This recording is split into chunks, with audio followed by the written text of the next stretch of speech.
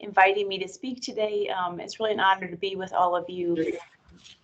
We're really at an exciting time for, let's see if everyone can mute just to reduce background noise for everyone. Thank you.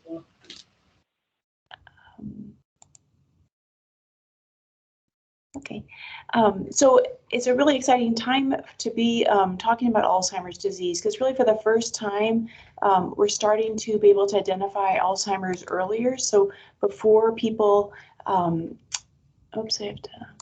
before people have symptoms, and then we're also starting to have some therapies that can actually target what's actually causing the dementia. So before, a lot of our therapies were just really trying to help our symptoms as we develop dementia, but these new therapies actually are getting at the root of what's causing the dementia. So it's a really exciting time, and we'll talk about some of those exciting new discoveries. So as Carly mentioned, I do see patients. I see patients at the Veterans Hospital in our memory clinic, and then I also lead research, so clinical trials where we're trying new medications to see how they affect Alzheimer's risks. All right, so just before I get started, it's always good for you to know who gives me money for what. So I get funding from the federal government, from the National Institutes of Health and the Veterans Affairs, and then a lot of that goes towards the research that we do. And then the University of Wisconsin School of Medicine and Public Health provides funding for research, but then also two drug companies, two companies have their medications, and then another one, Amarin, gives medications to a study that I'm doing. So I don't get money from them, but they help support our research. So that's good for you to know as I talk about some of these studies. And then we have other foundations such as Bader Philanthropies who support our teams. So I think all of us are here because we know how big of a problem Alzheimer's disease is in our state. So the number of people as of last year, let's see, can you see my pointer if I come over here? Yes, maybe. So the number of people with Alzheimer's dementia in the state of Wisconsin is about 120,000, and it's expected, in the next several years to increase to 130,000. And then with that, a lot of us who are maybe on this call recognize that there's also a lot of us who are caregivers walking alongside those people who are living with dementia. So over here in the right-hand bottom corner, you'll see that there's 196,000 caregivers in the state of Wisconsin. And some people don't like that term. They want to be called care partners because they view it as a mutually, beneficial relationship. So 196,000 care partners. But it costs a lot per person. Again, it's $23,000 spent in Medicare per year in people with dementia, and it's the 6th leading cause of death in our state. So we have, at Wisconsin, we have two key research programs that work really closely together. So we have our Alzheimer's Disease Research Center and our Wisconsin Alzheimer's Institute. So they really try to find ways to detect Alzheimer's early, find better treatments, and then also make sure that we have colleagues and team members throughout the state to help provide good diagnosis and care. So we know, and we've known for a while, that the prevalence, or how common Alzheimer's is increasing. And so if you look at this picture, the black line that's at the top is the total number of people who have Alzheimer's type dementia. And you can see that compared to where we are now in the coming decades, that number is going to increase significantly. And a lot of it's driven because we're living longer, which is a good thing. But again, we want to live longer with good, healthy cognition and thinking abilities too. So you can see, for example, in the blue line, that people who are 85 plus, that there are more of them who are developing dementia. And we know that age is the #1 risk factor for Alzheimer's dementia. So again, the longer we live, the chances are that we have a higher risk of getting Alzheimer's disease. The hard part is only 50% of Alzheimer's dementia is diagnosed. And so part of that's because we may not be aware of the symptoms, or our clinicians aren't aware of the symptoms, or we're afraid to be diagnosed, or we think there's nothing to be done about it. And so there's a lot of reasons why dementia isn't diagnosed. So Alzheimer's disease is more common as we get older. So you can see in this graph that if for those of us who are from European backgrounds, white European backgrounds, you can see that our risk, let's say at age 85, is about 30%, whereas someone who's African American or from Latinx or Hispanic background, their risk is over 50% chance of having Alzheimer's disease at that age. And so we're trying to, in research, trying to figure out, well, why is that? Why does it increase with age, and why is it different based on what our racial ethnic backgrounds and other factors? And there's probably a lot of things, education, other what we call social determinants of health, or things around us that either cause stress or impact how healthy we are. So there's a lot of factors that we're trying to better understand through research. Why is it more common in certain people than others? And so one of the most common questions I get in clinic is, how is dementia different than normal aging? So a lot of patients will come in and they'll say, is it just, it's normal to forget, and maybe a spouse will say that I really, I don't think they have memory problems. They're just a little more forgetful than usual. So normal aging, it does take us longer to learn new information and recall it. We might have some trouble with word finding. So maybe we're tired or haven't had enough coffee that morning, and may have more trouble with finding the right words to say. We may have trouble remembering names of new acquaintances, but we shouldn't really forget like the name of our favorite cousin we've known our whole lives, or have trouble with word finding all the time, or word finding problems so much that people can't understand what we're trying to say. And we also should still be able to maintain our daily activities. So it's fine to forget a bill, pay a bill every once in a while, but if we're forgetting to pay our bills regularly, or can't keep up with their finances, or can't remember appointments, misplacing things and not finding them on a regular basis, not just misplacing keys every once in a while. So again, dementia is not a normal part of aging too, so that's really important to remember. It's more common as we get older, but it's not a normal part of aging. So when we talk about dementia, the other thing that gets confusing is that sometimes we'll talk about Alzheimer's, sometimes we'll talk about dementia. And so we have to step back, and what we do in clinic is we try to step back and see, first of all, what am I seeing in the person who's sitting in front of me? So what's that person's baseline abilities, strengths, weaknesses, and their thinking abilities, and then how has that changed for that individual? And then also, then we have to try to think, well, if there is a change, what's causing that change? And that's where we're talking about the brain changes. So the picture on the left is my grandmother. She had what they thought was dementia from Alzheimer's disease.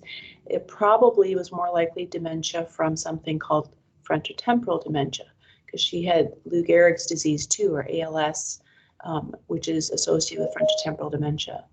So at the time, they looked at what they could see in the person, my grandmother, but they didn't have any good tests to see, is it Alzheimer's or frontotemporal dementia? So they couldn't tell what the brain changes were that were causing her symptoms, because that was back in the 80s. So when we diagnose dementia, and this, I like to go through this in clinic with my patients and families too, because sometimes they think that there's a magic test or things that will just for sure tell them what kind of dementia it is. And we have really good research tools, which I'll talk about, but we don't have them in clinic quite yet. So the way we diagnose, again, this is dementia. So what we see in the person is that we look at their cognitive and behavioral symptoms, and they have to interfere with their usual functional ability. So that's going to be different for each one of us. So for example, I had a woman who was an avid quilt maker, and she had trouble at her quilt making group putting her squares together and her patterns together, which was a change for her, where maybe other people couldn't do that because they're just not skilled in that area. So that was a change in her usual functional ability. Or somebody who has never done finances because they aren't good at math, they don't like math, that if they aren't doing finances their whole life and they still aren't doing finances, that's not a functional change because they never did that. So again, we really have to compare to the person who's sitting in front of us. So it has to be a change from their usual functional ability. And then when we say it's not explained by delirium or psychiatric disorder, deliriums, like when we go to the hospital, if we have, like if I get a pneumonia, sometimes the illness, the infection, either a bladder infection or pneumonia might cause me to become confused. And so that's from the medical illness. So it's not a true dementia, it's called a delirium. or a psychiatric disorder. So sometimes if we have severe episodes of depression or psychosis from other mental health conditions, it can affect our thinking abilities. And until those are treated well, it might look like a dementia. So that's why we want to make sure that people are not sick from either medical problems or other mental health issues at the time when we diagnose them with a dementia. And then we diagnose dementia through a combination of history and cognitive assessment. So it doesn't have to be super elaborate. It can be in a primary care doctor's office, but maybe somebody says, I'm having trouble remembering things. I have to write appointments down, and even then I forget them. And then maybe we do a memory screen with them and give them 5 words to remember, and after 10 minutes they can't remember any of the words. So that's a combination of history that they're telling us I'm forgetting doctor appointments even when I write them down, and then a little bit of cognitive testing. We're giving them 3 words to remember and they can't remember them.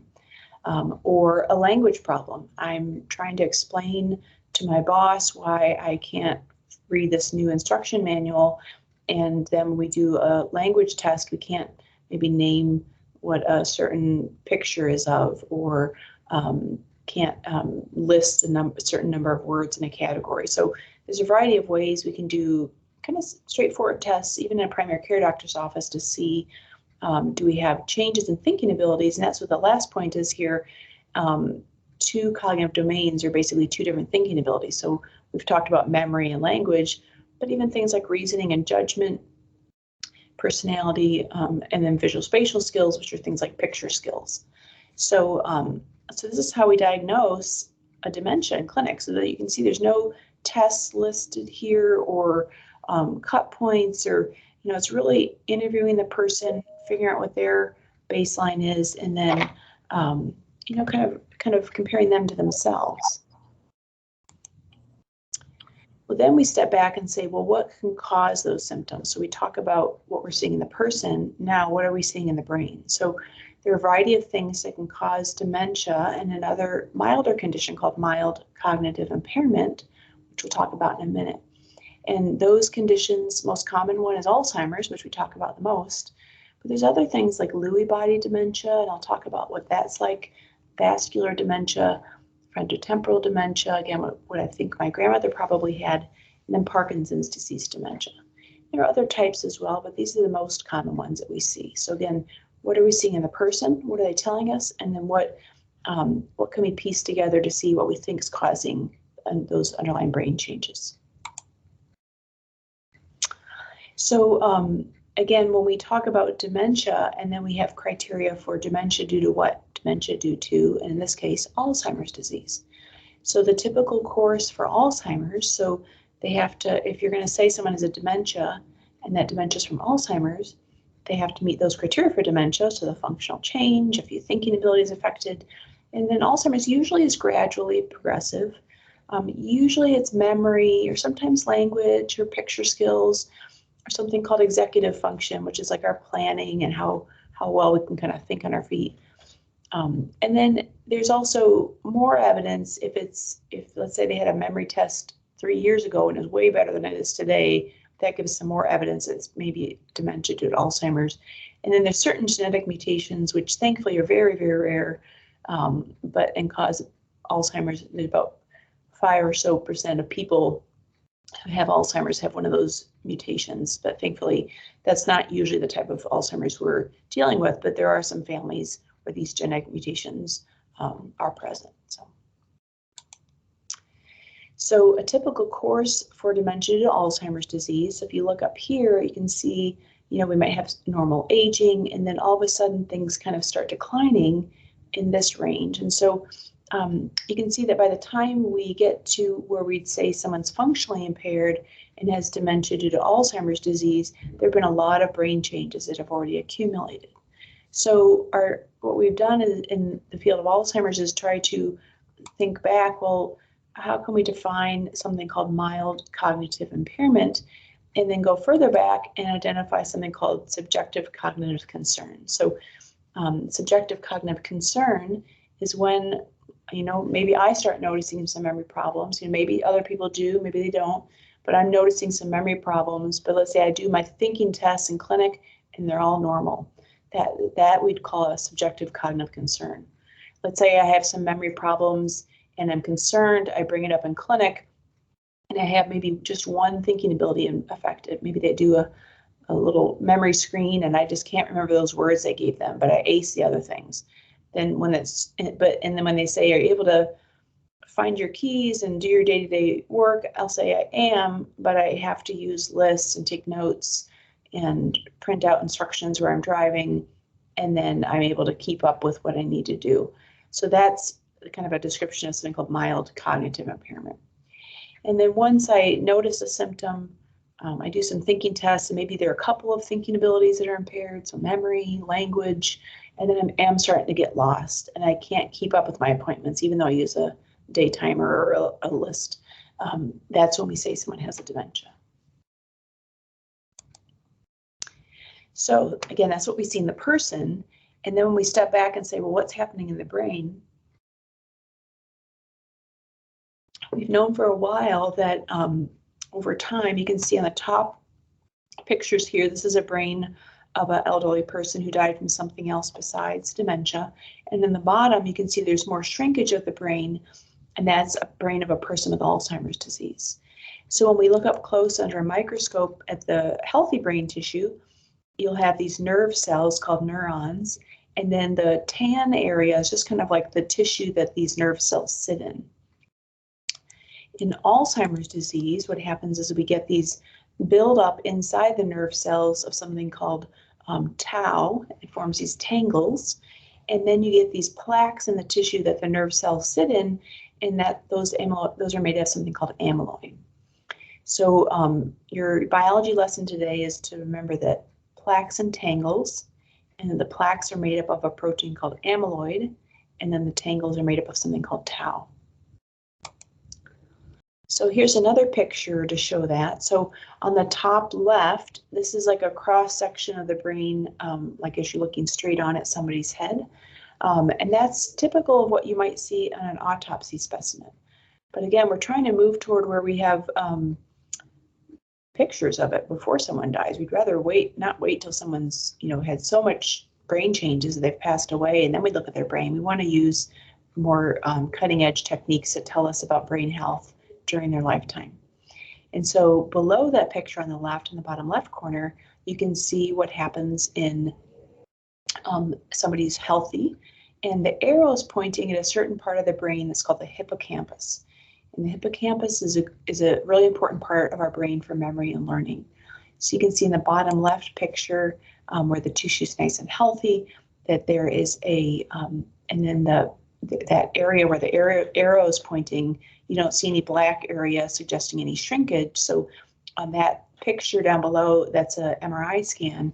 And the more shrinkage there is, the more kind of black area fills in.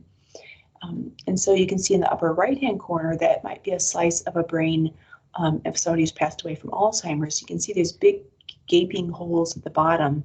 And that's because that hippocampus, which used to be nice and plump and filling up that space, has shrunk significantly. And then you can see that in the bottom right-hand corner. And that's another MRI scan, again, looking straight on someone's face.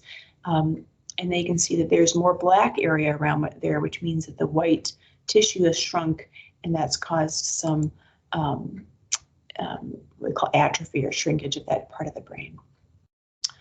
So again, Alzheimer's, this is what we see in patients with Alzheimer's changes in their brain. But what other kinds of dementias, what do the other types of dementias look like? Well, Lewy body dementias, if you look at the picture in the upper right, if you look under a microscope, they have these inclusions. They look kind of like when you dye them, they look like these purplish kind of shiny circle inclusions. And so the person who named that was Lewy, it's Dr. Lewy, I think, and then so they started calling Lewy body. So Lewy bodies in the brains of people with this condition that's come to be known as Lewy body dementia.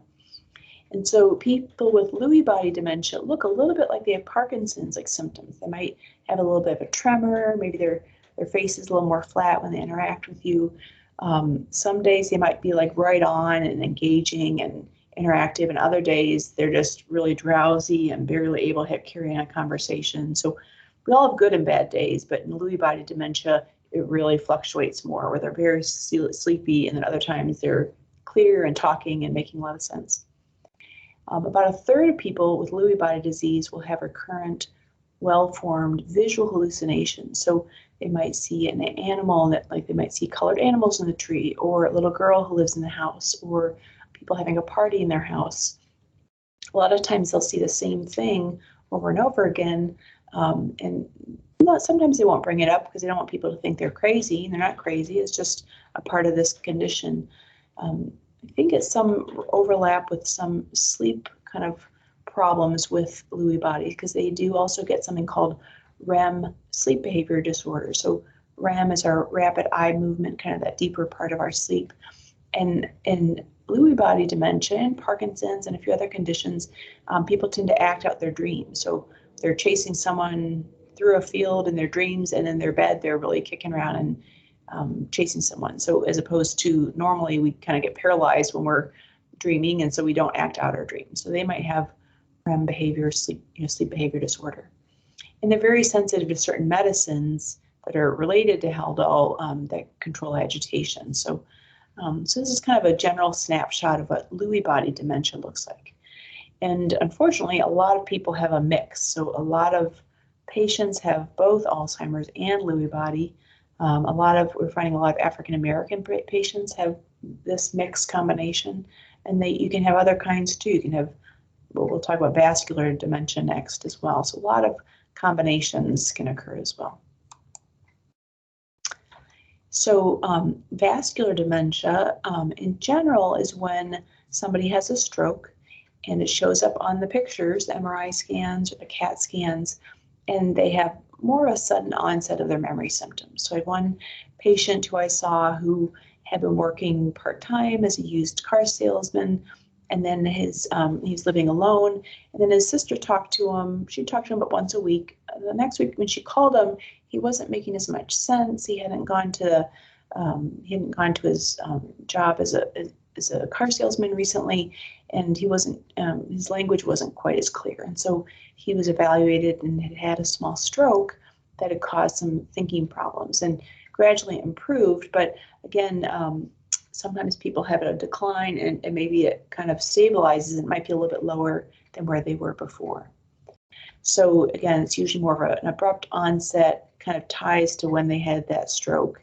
And then when we say fluctuating kind of stepwise progression, some people are prone to have a lot of little mini strokes. So they might be doing fine for a while, then all of a sudden they have a little stroke, and then they're stabilizing, and then they might have another little stroke. So sometimes it looks like more kind of step-offs.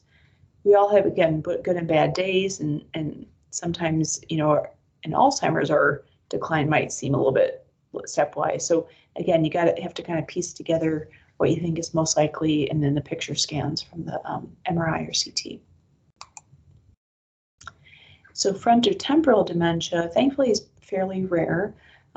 It's about 5% of dementias, but for people who get dementia when they're younger, it's usually, like if they're in their 50s or so, it's usually either frontotemporal dementia or early onset Alzheimer's disease. So frontotemporal dementia, there's two main types in broad brushstrokes, at least. There's one called behavioral variant frontotemporal dementia, and one called primary progressive aphasia. So the behavioral variant, as the name implies, tends to have more personality changes, and it's different personality changes than what we see in Alzheimer's. In Alzheimer's, people get very irritable. You remind them about something and they snap at you. They're frustrated easily.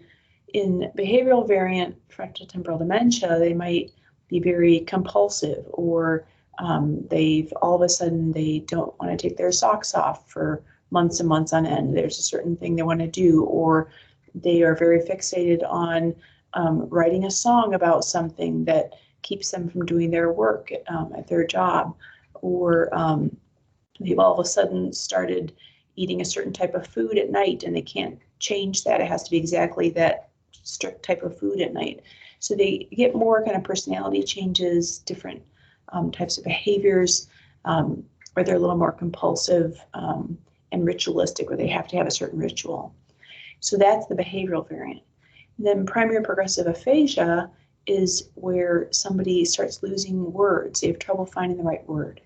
You might describe around it. So I had a patient who had a daughter who lived in France, and she couldn't come up with the word France, but she could say, my daughter just moved to the place where they have the Eiffel Tower and really good food. So she could describe around the word she was looking for. But it wasn't just that time. She had a lot of word substitutions, and her husband over time would just kind of fill in the words for her. And it wasn't until after a while they finally realized how much he was filling in for her. So that's primary progressive aphasia. And there's different types of these, but these are kind of the bigger picture ones. So frontotemporal dementia, actually, let's go back to the other one. So these pictures, what they show, these are MRI scans. And instead of looking straight on in the pictures, this is looking from like on top of the brain. So the top of the head is on the top, and then the back part of the brain is in the bottom. So on the left-hand side, you can see that the white tissue is the brain, and it's kind of plump and filling up the skull like it should. With behavioral variant frontotemporal dementia, you can see it's more the frontal lobes up toward the top that are shrunken, and the space in the middle of the brain, the black areas, are bigger because the brain tissue shrunk. And then with primary progressive aphasia, you can see that the side part of the brain, which is called the temporal lobe, that is shrunk. So our social graces and all tend to be controlled more by the front part of our brain. So that's why when that area shrinks, it affects our social graces and personality. The side part of our brains, the temporal lobes, control our language ability. So when that shrinks and that's damaged, then we have more problems with language. So again, here are some of the features of the behavioral variant. They may be compulsive. They may not show empathy. They may kind of say things they normally wouldn't have said that are very hurtful to people. And there's certain patterns on the cognitive testing. They may actually have pretty good memory, but how their judgment and reasoning may be impaired significantly. And then with primary progressive aphasia, usually language is pretty prominent. Sometimes people think it's their memory, but it may actually be their language. They're just not able to say the right words. They may be able to think them and remember them, but can't get the right words out. So again, as a clinician, when I go into clinic, this is kind of what we do to evaluate patients. We do a detailed interview with patients and families. We might, we'll do a physical exam, do some thinking tests, sometimes short ones, sometimes longer ones. We'll get some basic labs just to make sure we're not missing things like vitamin deficiencies, thyroid, other infections or liver problems. And then we'll usually, if someone has memory problem, we'll do some type of brain scan, like a CAT scan or MRI. And then we'll kind of piece all this information together, and then provide education and feedback to patients and families, resources like our local Aging Disability Resource Center contacts.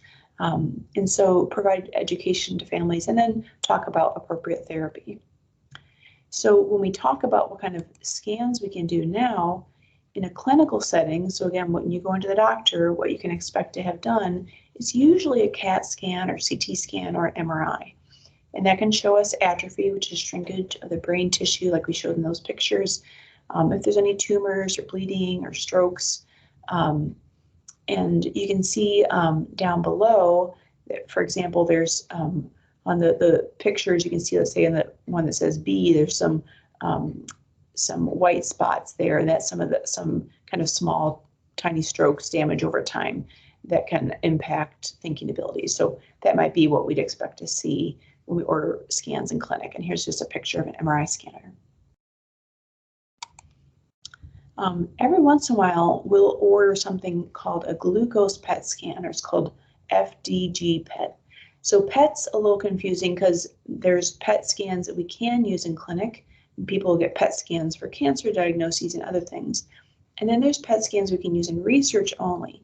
And the reason that PET scans are kind of confusing is that PET scans are basically a scan that looks at whatever you've injected into the arm of the person who's getting the PET scan. So for example, if we're doing a glucose PET scan, there's a certain glucose compound called FDG that it's fluorinated deoxyglucose, something rather like that. But the glucose compound then goes into the brain, and it sticks to the areas of the brain where there's lots of glucose turnover. So as our brains are thinking and they're using blood sugar, then those areas light up well, showing that the brain's functioning. Those nerve cells are using that sugar as energy, and they're functioning well. So, for example, in the pictures here, on the left-hand side, the scan, again, looking from the top of the head, showing that there's normal glucose uptake. It's supposed to be uptake. Sorry, I have a little typo there. So they have normal glucose uptake into the brain, and so that's red because that's very active, like it should be. In Alzheimer's disease, there may not be as much glucose uptake, and you can see the arrows pointing to some parts of the brain that have more kind of green, don't have as brisk of uptake there, and so those are more likely to have some brain changes, and the nerve cells aren't as healthy, so they're not using as much blood sugar. So we can use PET scans, especially if we're not sure if someone has frontotemporal dementia or Alzheimer's, because the treatments differ a little bit. So that's what we have available in clinical practice, and usually those will be covered by insurance to differentiate between those two conditions. Well, it'd be nice if we could, again, we've talked a little bit about how we kind of, in Alzheimer's at least, we progress from subjective cognitive decline to mild cognitive impairment to dementia to Alzheimer's. But again, just reminding us that, again, by the time we get to our doctor to be diagnosed, there's already been quite a bit of brain changes that have occurred. So those nerve cells have been damaged, those plaques and tangles have built up over time. And so the medicines that we've typically had to treat for Alzheimer's disease, they help with symptoms. And again, these are things like Aricept, Exelon, galantamine, Arazidine. These donepezil is the generic name, ribostigmine, and galantamine. And these are all generic now, so really people should be using these generic terms. What these medicines do are they help the nerve cells as they're being damaged to continue to communicate well with each other. So they don't get rid of the tau or they don't get rid of the plaques or tangles. They don't get rid of that amyloid or tau. They just help the nerve cells that are damaged kind of keep fighting and improve their chemical transmission to keep those connections going. There's another type of medication that works a little differently called memantine or Namenda, and that one again works in some of these receptors to help the nerve cells function better in the presence of these brain changes that are ongoing. So because these therapies don't really, they're not really getting rid of what's causing the problem, they work across a lot of the different types of dementias. So we use these therapies for most types of dementias, except for probably frontotemporal dementia is a little bit different. However, it's not very satisfying. I'll see a patient in clinic and start them on a therapy, and what we can expect is that their cognition is still going to decline. So if they're comparing themselves to where they were here, they're still going to decline over time. And I try to help families realize that, but then they're not declining as quickly as they would without the medication. So there is benefit. It slows progression, helps with symptom management. So we use these therapies quite a bit. If people can tolerate them, they're usually well tolerated. They can slow the heart rate a little bit or cause some upset stomach. Most people tolerate them really well. So again, they do slow the decline, but they're not really getting rid of the root cause or improving cognition. So this summer in June, we had a lot of news about this new Alzheimer's drug. And so a colleague of mine, Art Walasek, pulled together some of these clips. So the FDA approves Alzheimer's drug despite fierce debate over whether it works. 3 experts have resigned after Alzheimer's drug approval. That this drug approval is going to deepen racial inequities. So you think this would be a really exciting time to have a new Alzheimer's drug approved, the first one in over 20 years. But it stirred up a lot of controversy, and we'll talk a little bit about that. But what this new drug does is it goes in and it tries to clear out that amyloid that builds up in the brain. And so that's why it's so exciting, and that's why we're really starting this new era, because our medicines never before really got at the root cause of why we're having brain changes. And this new type does, and there's more coming down the pipe too. So why is it controversial?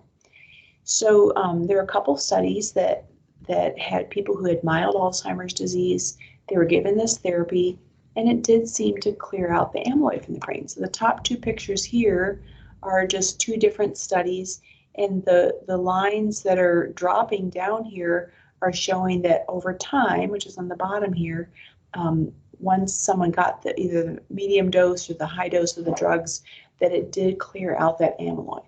And that's great news. So again, people cleared out the amyloid, but what we really, none of us really care what our brains look like or how much amyloid there is. We really care about, can we think better? Can we function better?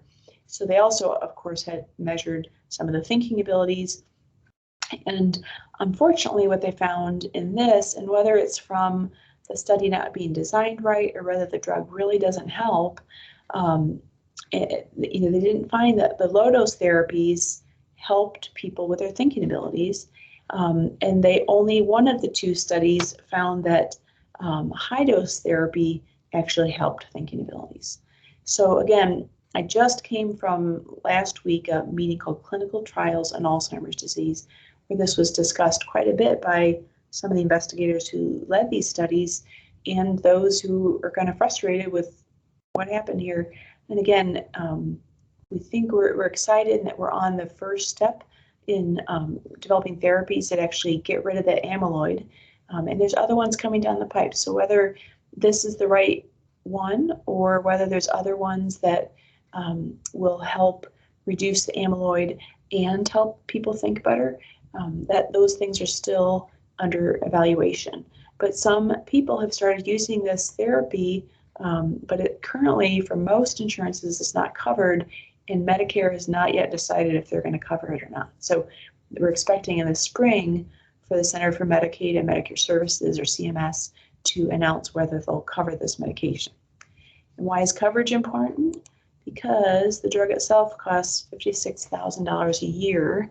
So it's very expensive, although, I've had colleagues who are in cancer therapy, and some cancer therapies cost as much too or more. So it's not out of the question to have a therapy cost this much, but that's not covering other things like paying the pharmacists and the others to prepare the drug and administer it, and the nurses to hook you up to, because it's given through the veins, and all the scanning and monitoring and things that have to be done too. So it is expensive. Because it really targets amyloid, you have to make sure you have amyloid. And so this gets into some of the newer therapies or newer diagnostic tests that we'll talk about that help us to see, do we have amyloid in the brain? And now we have tests that can help us see that even before we get to autopsy. We don't have to do a brain biopsy. There's some brain scans that show us if we have amyloid buildup in the brain, and also some other tests. So not only did we have to pay for the medicine, but also the test to see, do we have amyloid, or is it some other cause of dementia? Because if we don't have amyloid, if it's a stroke or something else, the amyloid removing drug's not going to do anything for us. And then again, it is expensive, so who's going to pay for that? And these drugs are not without risk. So in the news, you'll hear about something called ARIA. So it's ARIA. And what that stands for is amyloid-related imaging abnormalities. So amyloids, again, that protein buildup in the brain, it's related to amyloid, and then imaging means you can see it on pictures, and then abnormalities. So there are some changes that we can pick up on the brain on MRI scans, like tiny dot bleeding, so called microbleeds. Hemorrhage is another name for that, so they'll call it ARIA-H, so for hemorrhages, and also small areas of swelling in the brain called edema, or ARIA-E for edema. So basically, if people receive this medication, they might have some little tiny microbleeding areas or microswelling areas in the brain that can be picked up on the scan. And for most of the time, that doesn't cause people problems, but in some people, it can cause problems. So it can become larger areas of bleeding or significant areas of swelling that cause confusion and other medical changes. So it's not very common, but it is a possibility. So they have a picture here of somebody who got therapy with aducanumab, this new drug. And you can see as the pictures progress, over here, you'll see that there's some white changes because they started having some kind of swelling in there. And then you can see the third picture over has even more swelling. And then they started giving them some steroids to help with the swelling, and then gradually improved over time. And you can see on the very bottom, they have some of their thinking scores. So as it gets closer to 30, the better off they are. So you can see they started at not too bad, just 29 out of 30. Then it dropped down as they got this therapy and got confused, and then it gradually came back up again. So again, these therapies, it's not very common for this to happen, but it is a risk. So now we have treatments, again, these medications I mentioned previously, the donepezil, rivastigmine, and galantamine can be used in Alzheimer's and other types of dementias. And then now we have this new therapy, aducanumab, which I've never used, I've never prescribed it. Most of my colleagues at UW have not prescribed it, but there are some people who are prescribing it for people who are willing to pay out of pocket, which is expensive.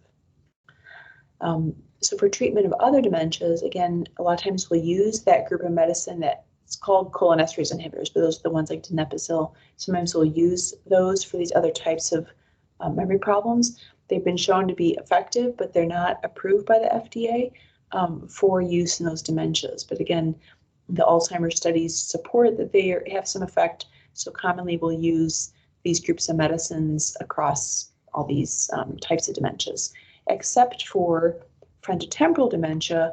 They tend to respond better to certain antidepressants known as SSRIs, which are like Zoloft, Paxil, those types of medicines, paroxetine and sertraline, that's the other names for those. So again, we'll sometimes use antidepressants or sleeping aids. Very, very rarely will we use antipsychotics for people who have very strong behavioral changes that might be putting them at risk for having to move from their living situation. So what are some of the newer approaches to diagnosing and treating dementia? So I mentioned before that we have these amyloid plaques and tangles, and then the shrinkage of the brain, or something called neurodegeneration, which just means the nerve cells are degenerating or kind of shrinking. So with this, they've started using in Alzheimer's research this ATN. So A is for amyloid, T is for tau or tangles, and then N is for neurodegeneration. And so what they'll do is try to see, can we use these kind of three characteristics to see if someone has Alzheimer's in their brain? And there's all kinds of ways we can measure this. So we can measure shrinkage of the brain on MRI scans. We can measure using a PET scan. Not only can we measure glucose uptake like we've talked about, but we can also now measure amyloid and tau, which is very, very exciting, because before we couldn't see that until somebody went to autopsy. Now we can see them with PET imaging, and I'll show you some pictures of those. And then we also can use some spinal fluid samples. So we can look at amyloid, tau, a special form of tau that is more likely to be from Alzheimer's, and other types of inflammation, other things going on in the brain. Nobody likes to have a lumbar puncture, but I've done thousands of them for our research, and they're pretty straightforward actually, and people tolerate them well, but they do seem scary. We are working towards getting blood tests, so that's getting close. We're getting really close, and there's some that look really promising. So we know it's much easier to get a blood test than to get a lumbar puncture, so we're moving towards that in research. And there's also some other biomarkers, so a genetic factor that's doesn't mean for sure you'll get Alzheimer's, but it heightens your risk of getting Alzheimer's, called ApoE4. So here's a picture that my colleague Dr. Johnson has shared with me. So on the top, there's a participant from one of our studies, and they've had a scan where they get a compound that's injected into their arm that sticks to amyloid in the brain. So it goes through their circulation. If they have amyloid in their brain, it sticks to it and then lights up more in the red colors. You can see the person on the left has red and orange, so they have more amyloid. The person on the right top does not have much amyloid. It's mainly the green and yellows. And then there's another type of scan. Again, you inject a different compound, that you inject that, and then it sticks to tau, or those tangles. So it circulates through the system, sticks to the tangles, and then lights up red if you have brain tangles. So you can see in the bottom left, this person is tau positive, and then on the right that person is tau negative. So the two people on the left one has elevated amyloid, the other one has elevated tau, and the person, actually it's the same person in each column, and the participant on the right-hand side doesn't have amyloid or tau. So this is amazing because we've had this test now for close to 10 years. So we're still learning about, what does that mean to have elevated amyloid? What if we don't have any symptoms of Alzheimer's disease and we can find these changes? So that takes me to our next slide. So Alzheimer's disease brain changes. If you look at this picture, this is again a picture looking straight on at someone. The picture on the far left shows that you can see some plaques in this individual. In the middle, you can see some tangles, so some tau. And the MRI scan maybe shows a little bit of shrinkage. But this is in a picture of a person who's 70 years old, has some cognitive symptoms, but she's still in the normal range. So she's got a lot of amyloid and tau, a little bit of cognitive decline, but we don't know for sure if she's going to develop Alzheimer's dementia. So it helps us, these tools help us to identify brain changes early, but we still have a lot to learn about with those early brain changes. What can we tell you as a patient or participant about your risk of getting Alzheimer's dementia where you have memory symptoms? And that's still being researched. As I mentioned before, we can also do spinal fluid collection in the low back, and this tells us a wealth of information about the exact levels of the amyloid and the tau levels. It looks at how much inflammation there is. So this tool can be really helpful, especially in medication studies where we're trying to see, can we lower that amyloid and lower the tau levels? So we use this in our research quite a bit as well. And in clinical practice sometimes too. The other thing that we do is use a variety of scans. So there's some special ones that were developed at University of Wisconsin by Dr. Oliver Vieben, and they make these cool pictures here shown on the right. So on the right, this where it says 4D flow, it shows basically the blood vessels to the brain. And the reason it's four-dimensional is that not only does it tell you the three-dimensional picture of the blood vessels, but also it shows you the blood flow through the brain. So blood flow to the brain helps nourish the brain. It probably clears out some of that amyloid. So being able to see how good our blood flow is in our brain, how does our blood pressure, cholesterol, and those risk factors affect the blood flow, that might also help us to know how healthy our brain is and how likely we are to get Alzheimer's or other dementias. And then switching gears, talking about treatment and prevention. So again, what we really want to do with our therapies, as I mentioned with aducanumab, is to really get rid of that amyloid and get rid of that tau. And that's where a lot of the new therapies are leading. So there's some new ones that are being proposed to the FDA, and a lot of them you'll hear, they have long names, but they all end in MAB, M-A-B. And the reason they do is because they're made from something called a monoclonal antibody, so MAB. So the one that was approved by the FDA is called aducanumab. There's one that's being evaluated by the FDA called donanemab, and then there's others being studied, lecanemab, solanezumab. We won't have a quiz on this, but anyway, the MABs mean that it's an antibody, and these antibodies are attacking that amyloid in the brain.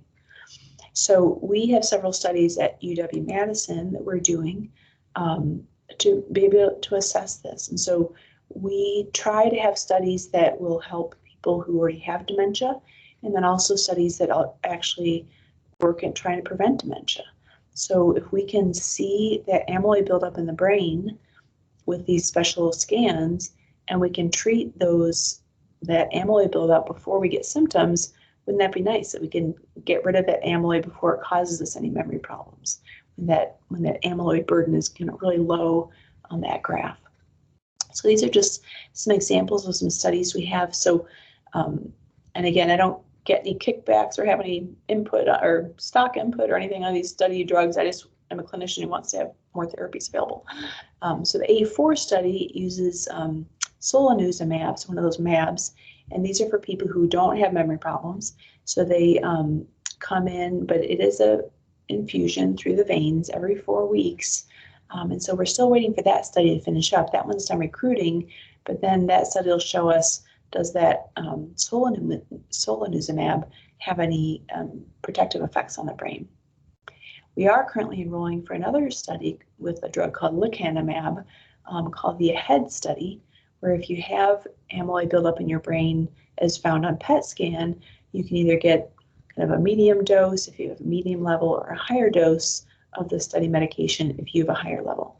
Again, all these studies are placebo controlled, because so some people get the treatment, some people get the placebo, because we always need a comparison group to know, does it help people over what their usual expected course would be. So then we're also looking at other types of therapies. So what about improving our brain blood flow with statin drugs? So there's a study being done in Madison at the VA called Preventable, that's part of a nationwide study. And all the first three I mentioned are nationwide, actually international studies.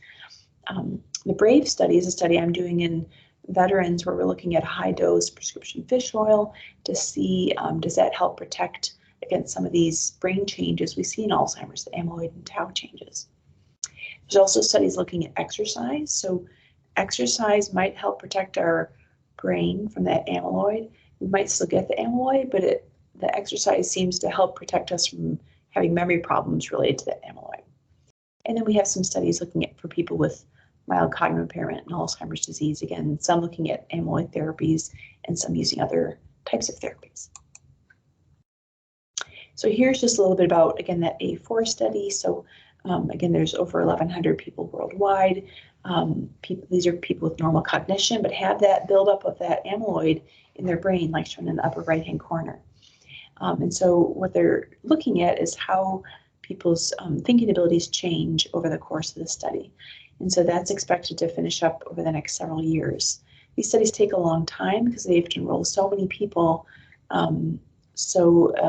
By the time someone gets in the study, gets the therapy for that period of time, there's still people who are being enrolled into the study, so they have to wait till everyone's finished with their therapy. So they take a long time. But again, being involved with these studies is really the way we're going to be able to make changes in our therapies and get better and safer therapies. So the AHEAD study is the one that we're recruiting for right now. So these are people who don't have memory problems, or 55 to 80, and have either someone, again, who can come with them and kind of affirm that they're doing okay with their thinking abilities, and then they get a PET scan, so similar to the ones we saw before, to see if they've elevated amyloid. And so here's an example of that, and some pictures showing from a different study that was done in people who already had Alzheimer's, that the therapy, before therapy, they had higher levels of amyloid than afterwards, just less red on the scan to the right. So it does seem to remove the amyloid from the brain. Again, whether it helps protect against memory decline is what this study is going to look at. But there's also other therapies being evaluated, like I mentioned. So in addition to the antibody therapy from amyloid, there's other therapies looking at inflammation, insulin, statins, diets, hormone therapies. There's lots of research going on to see what therapies can work to help protect against Alzheimer's. There's also a lot of studies looking at preventing cognitive impairment through lifestyle changes. So the finger study was one that was done in Finland. And it combined diet and exercise, controlling our blood vessel risk factors like cholesterol, and then some cognitive training. And this study showed that it did improve cognitive performance. This study is now being replicated all over the world, because we know that each country has their own dietary practices, lifestyle practices. And so there's one in the United States called US Pointer. So they always have all these finger acronyms and things, but the US Pointer is looking to see, what about in Americans? Can we change our lifestyle and make a difference in our cognitive performance?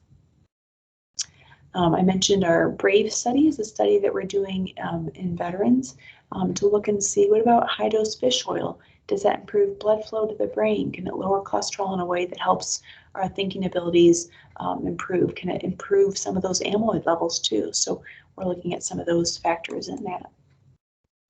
This is the preventable study that I mentioned. That's a huge study. It's going to be 20,000 people across the U.S. There'll be ours is at the VA, Veterans Affairs, in Madison.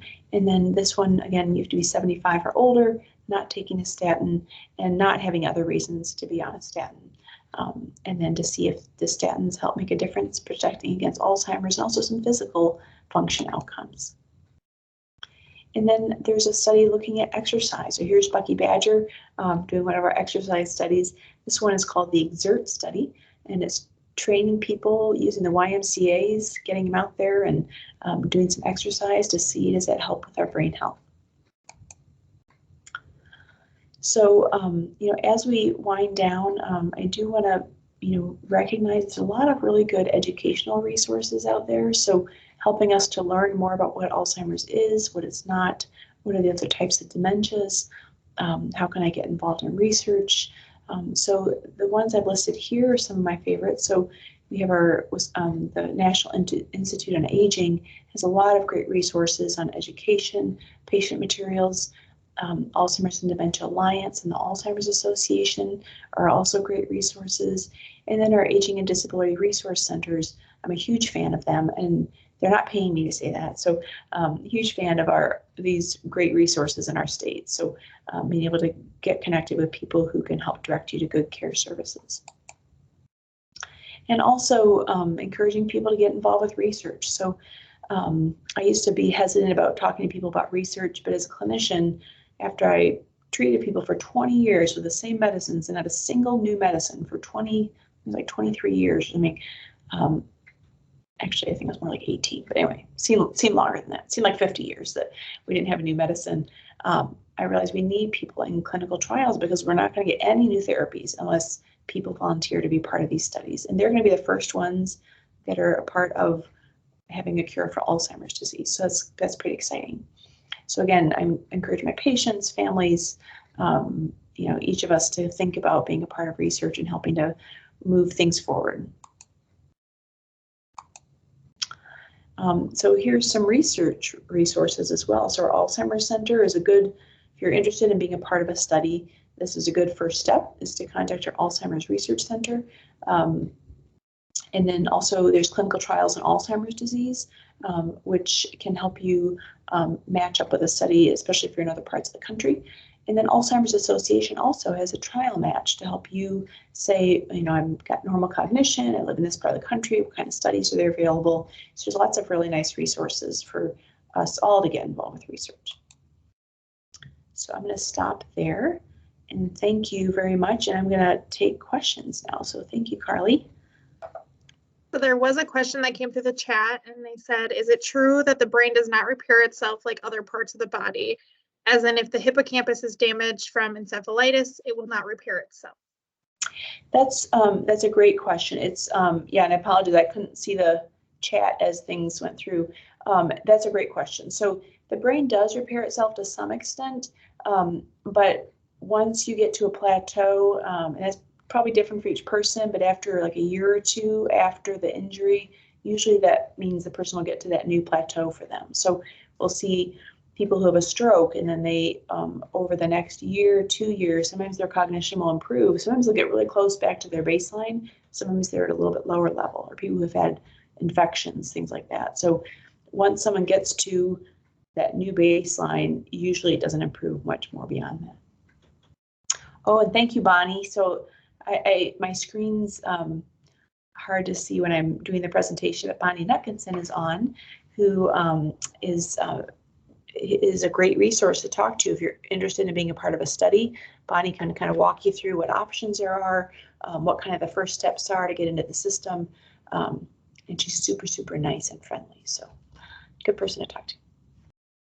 All right, now it looks like Marty has a question. So Marty, you can unmute yourself and ask your question.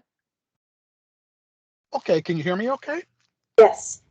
Okay, so question regarding the trial results with the Biogen drug, I won't try to pronounce it, that you had reviewed. Yep. One of my patients calls it the abracadabra drug. So there you go. Yes, yes. Okay. And it's a two-part question, and maybe the previous question relates to this, but Is it possible, or is there any thought out there that the results would suggest that improving the plaque levels either A, don't improve the memory response, which could indicate maybe that's not the right cause and effect, or B, that the memory loss could be permanent or restrained enough that it wouldn't respond in the time frame the study looked at. So is it possible we're not on the right track with that, or is it possible that the memory loss could be such that it isn't recoverable? Those are great questions, Marty. Thank you for asking those. So those are both possibilities. So a lot of times these studies will give therapy for, I'm trying to remember, I think it was, is it 4 years for these, but usually it's like 3 to 5 years in these studies. And it might be that it takes longer than that for the drugs to actually make a difference in thinking abilities. Or, like you said, it could be that you clear all the amyloid out, the brain looks pristine, and there's still, sometimes there's still that tau in there, or it's caused kind of inflammation and caused the shrinkage of the brain, and it may be too late by that point. So that's why some of these other studies that are looking at mild cognitive impairment or people who don't have any memory problems, to see if we clear out the amyloid, does it protect them from ever getting memory problems? So, because you're absolutely right, these questions are still not answered. Is it that we need to look earlier? It's too late to look at people who already have dementia. And also, is it how long we were treating? So I think all of us would, of course, say if someone took a new drug for 3 days and said, "Oh, I didn't notice an improvement," that it didn't work. You'd probably say, "Oh, we got to give it longer than that." But what's the right time period? Do we need to treat someone for 5-10 years? And that's why they have all these methods to try to estimate and guess, like if it continued for 2 more years, would people have a better improvement? And usually we expect the improvements to be kind of a steady, but there are some that are steady and then they go up, or they're steady and then decline. So a lot of times there's a lot of guesswork in designing the studies to figure out how many people need to be on them, what's the right dose, what's the medicine, how long do they need to be on them, are we treating the right people? Do we need to get people who have like a higher level of amyloid in their brain? So those are really good questions. Thank you for asking that. Yep, thank you very much. Another question, so would repetitive hand motions be indicative of Alzheimer's? For example, if a patient begins to perform a continual smoothing out type of hand motion on the table or surface in front of them while they have conversations. So let me see, it was a question about, indicative of Alzheimer's. So it can be sometimes repetitive hand motions can be, sometimes it's hallucinations that sometimes you'll see people kind of picking at something or kind of grabbing at something, but sometimes it's just that repetitive nature, and it might be kind of a soothing activity, like that it's they're maybe there's someone who liked things smooth and they're just kind of trying to smooth out the table. So maybe that's something that was important to them before, or just kind of that tactile sensation might be just kind of soothing to them. So it could be a sign. Usually you'd have to have some other features with it, but some of these behaviors we don't fully understand, and they might mean different things from different patients. So it's a great question. Oh, and thank you, Bonnie, again. I'm going to have Bonnie give this talk next time because she's so great. Thank you, Bonnie, for putting out some resources. So we had a session where we talked about aducanumab. So Dr. Walasek and Chin and others, and there's all kinds of other things. We'll be having more discussions down the road as we get more information about aducanumab. So thank you, Bonnie, for putting that. I would encourage you to look at our Alzheimer's Center website regularly and just see if there's updates. There's Dementia Matters podcasts and things if you like to listen to those. So yeah. Let's see. All right, it looks like Ellie has a question. So Ellie, you can unmute yourself and ask your question. Oh, thank you. I have a friend recently diagnosed with chemo brain. Mm-hmm. And I wondered if there was any research going on or any information about prognosis. He is being treated. But anyway, I'd appreciate any comments you have. Yeah, that's a great question, Ms. Brush. Thank you for bringing that up.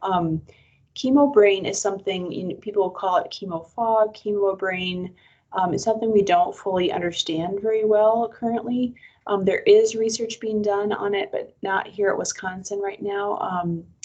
I know Dr. Noelle LeConte was looking at some, so I'm not aware that she's doing current studies with chemo brain, but again, there's something about chemotherapy. I mean, and chemotherapy in general is toxic medicines meant to kill certain cells. So obviously there's always some type of side effects with it. They're trying to use this medicine to kill the cancer cells. So a lot of times there'll be some other adverse effects. And some people, they notice that their thinking's not as sharp, they're more clouded. And sometimes, it'll improve afterwards the further away they get from the chemotherapy, but sometimes people feel like it's not quite as sharp or it might take a little while to get back to their normal thinking abilities. So you're right, it's a real entity. We don't fully understand it. And then the other hard part is that each chemotherapy drug is a little different, like what it does to the brains. And so you have to have enough people to study, like if we do this to protect the brain, does it prevent chemo brain? Or so it's kind of tough to tease apart, but it definitely is a real entity.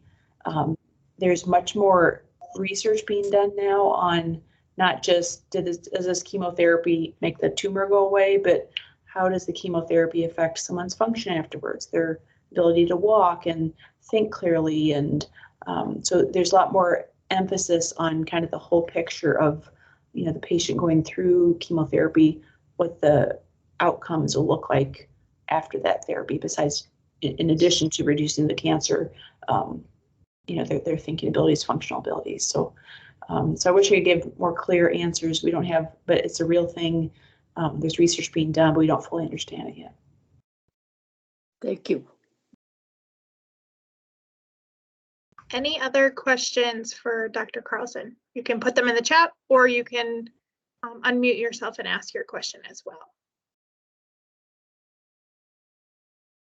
Hey, Dr. Carlsson, it's Bonnie. Hi, Bonnie. One of the questions that I get asked a lot is about genetic testing, and if people should find out if they have that APOE4 gene, or is that something they should know or not know? That's a great question. So the APOE4 gene is one, and I didn't get into it too much, but all of us have APOE, and we have two copies. So we get either a 2, a 3, or a 4, and you get two of them. So like I might have a 2-2 or a 2-4 or a 3-4 or 3-3. So you can have any combination for those two. If one of those is the type that's called 4, so if I have like 3-4, or especially if I have 4-4, that increases my risk of getting dementia. So it doesn't mean I'm going to get it for sure, like those other genetic factors I talked about that are thankfully much less common. This just means my risk is heightened. So like if I have high cholesterol, my risk of having a heart attack is higher, but it doesn't mean I'm going to have a heart attack. And it's similar with this genetic risk factor. So previously we only talked about APOE4 in the context of what our risk was for dementia. The new information, though, is that these medicines, these anti-amyloid therapies, tend to be more likely to cause side effects, so those little microbleeds or significant bleeding in people who have that E4 type of gene, so the APOE4. So now they're not just used for deciding if you're, so a person might be a higher risk for progressing to a dementia if they have E4, but they're also a little bit higher risk for having side effects from the medicine. So it's kind of a catch-22. So as far as getting back to your question, should people get tested? At some point, if there are therapies available to, if aducanumab is approved and you're wanting to consider that, or other therapies that are similar to that, and you want to better understand your risk for having a side effects, you can decide if you want to pursue that therapy. Then I think, it will be helpful for people to know, okay, I do have an E4 allele, means my risk of having a side effect's higher. Do I want to take that chance? Then I think it's helpful. right now, you know, if I got my E4, if I found out I had ApoE4, you know, unless it's going to motivate me to exercise more or sleep better or control my blood pressure more or something, there's not really much I'm going to do about it. So I don't recommend it as a clinician. You know, again, some people are curious and just want to know. Some people find out because they order their 23andMe and it's just part of the package and they get it. And they say, here I am, I've got this genetic risk factor. What do I do? Well, I would do the things that we can do something about. Control our blood pressure, watch what we eat, exercise, all these things that we know are good for us. You know, maybe having that be a little bit extra motivation to take good care of ourselves. Another question that came through is, with a strong family history of Alzheimer's disease, do you recommend cognitive testing prior to any cognitive issues? So that's a great question. Cognitive screening has been controversial because people say, well, you know, each person's different, what our cognitive abilities are. So I'll have some patients who just never were good at taking these tests, and, you know, and so they do them, they don't do great on them, but they don't have any dementia. And then other people who ace them, and even when they have memory problems, still ace them. So we all are different in our test taking kind of aptitude. So that's always kind of a risk with that. It might be labeled inappropriately one way or the other. Oh, you're fine, you know, you aced this cognitive screening test where you're really having symptoms. Or they might do a test and maybe I've got dyslexia or some learning disability and I just don't take tests well.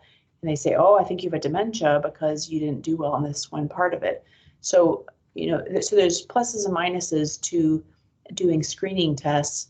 So in general, what we recommend is if you do have any cognitive concerns, if you've noticed that you think you're slipping, you're not as sharp as you used to be, you're misplacing things or depending more on lists, things like that, that would be a reason to go in and get a cognitive screen. Not necessarily going in ahead of time because you have a family history, you know, as far as we don't usually recommend like getting a baseline, but if you have symptoms, to get in early. And, you know, because sometimes there's things like sleep apnea or depression or medication side effects that can be addressed. But again, in the meantime, I think we're all motivated by different things, but getting out and walking, controlling our blood pressure, you know, all these things to take care of ourselves, you know, show a little more love to ourselves and our bodies and, you know, take that little bit of extra effort to help protect our cognition. And thank you, Bonnie's posting some nice resources. So for podcasts, finding memory clinics near you. As far as the question, why not to recommend a baseline? Again, baselines are okay. They don't provide much information.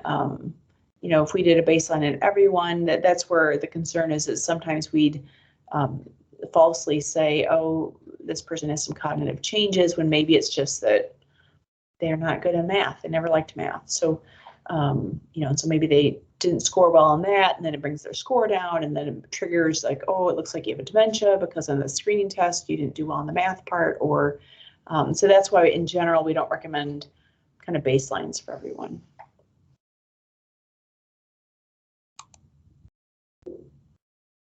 Any other questions for Dr. Carlsson at all?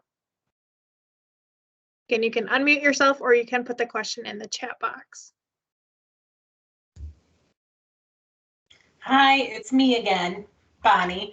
I also have a kitten with me right now. This is Taz. And I'm going to go ahead and put some information in the chat about our prevention page, and that will have more tips about what Dr. Carlsson was talking about with your diet, your sleep, and have some good information there. And I don't have a question. I just wanted to give a quick plug. We have a program called Healthy Living with Mild Cognitive Impairment that meets via Zoom 4 to 6 times a year. And we do have a program coming up in December that's on supplements, medications, and vitamins. And so you don't have to have a mild cognitive impairment diagnosis to attend, but if you're having some concerns or want to learn more, we have really specific topics we discuss, and then it's more of a really informal kind of group chat. So I'll put the link to that in the chat, but it's something that some of you might be interested in joining or at least keeping on your radar. Perfect. Thank you, Bonnie. Yes, thank you, Bonnie. And again, Bonnie's put some nice resources here because we really do want to be a resource for all of you. So you have really good questions, and what you ask really helps drive us to find those answers and to learn ourselves and to do research in these areas. So, and also, we have clinics out there that we've worked hard to make sure they provide good care. So, reach out to your clinician, see if you need a memory evaluation.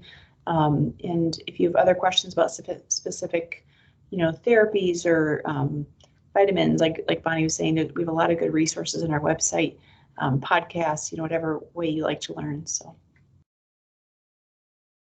It looks like we have a question. So as a caregiver for my grandmother, do you have any resources on when I should look at moving her into an assisted living to memory care? Or moving her from assisted living to memory care? That's a great question.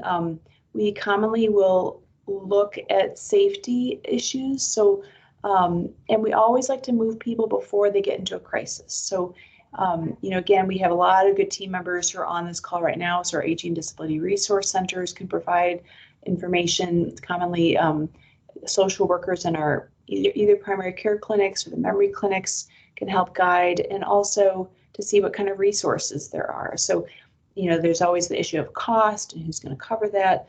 But again, if somebody is not safe to take their medicines, or you don't have the resources around them to make sure that they're not driving and getting lost, especially as the weather gets colder, or if they're having falls, can't manage their own medications or their medical problems, maybe their diabetes, can't administer their own insulin despite the nurse stopping by, that maybe they're getting things mixed up. So there's a lot of different reasons why. And sometimes people have other medical problems, fall risk or frailty or other things that make it, more of a challenge than just their dementia. So, but again, we always like to move people and try to encourage them to move while they're feeling well and not getting into crisis situations, so they can be part of the process and kind of make decisions about what goes in their room and getting to know people there. So. And I'm sure Carly has a lot of experience with this too. So you jump into Carly or others. Yeah, and I think another thing too is just having that open communication with the facility she's currently at, seeing if they feel that she's not appropriate for the assisted living kind of day to day and would need to go to memory care. But I would just have that conversation with them, and then reach out to your local Aging and Disability Resource Center to see if they have additional things that they can talk you through, what's available for that. It looks like there is another question, and it looks like, how early with mild cognitive symptoms do you suggest some of the medications that you've mentioned? That's a great question. So most of these medications are approved for people with mild dementia. So it has to be to that point where there's having some functional changes. Technically, they're not approved for people with mild cognitive impairment. So again, that's when you have the memory problem or the thinking ability that's impaired in the testing and you're having symptoms, but you're still able to kind of use lists and things to keep your function okay. So technically they're not approved for that, but as a clinician, if I have someone who comes in, maybe they come in 1 year and they're mild cognitive impairment, they have family history of dementia, and the next year they come in and they still technically are mild cognitive impairment based on those criteria, but they're really struggling, their cognitive scores have dropped, then it's just a matter of time till they progress to dementia. So then I'll start someone on the donepezil medication or others related to that. So usually it's people at least with mild dementia, but there's some occasions in people with mild cognitive impairment where I'll start the medication, because there have been some studies that show that if you start these medicines early, they don't necessarily prevent you from progressing to the dementia. So again, we tend to use them once someone has either, the pretty obvious mild cognitive impairment that's progressing or early dementia.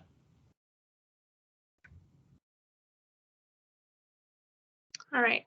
Any last minute questions? And if something comes up that you have a question, you can send me an email, and then I can send it off to Dr. Carlsson for an answer for you as well.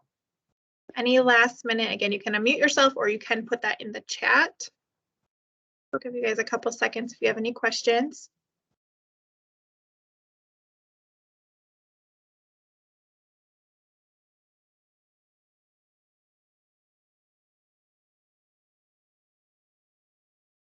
All right, I'm not seeing any questions.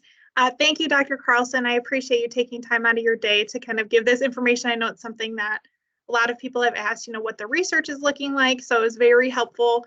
And thank you for everybody who attended today. I will, like I said, I have the recording. So if you want the recording, please let me know and I will get that sent off to you as well. So have a good day. Enjoy the kind of sunshine that we have today. Thank you so much, Carly, Thank for you. pulling this all together. I really appreciate it. And thank you, Bonnie, for all your assistance in a side chat here. Yes, absolutely. Thank you so much, Bonnie. All right. Thank you. Bye-bye.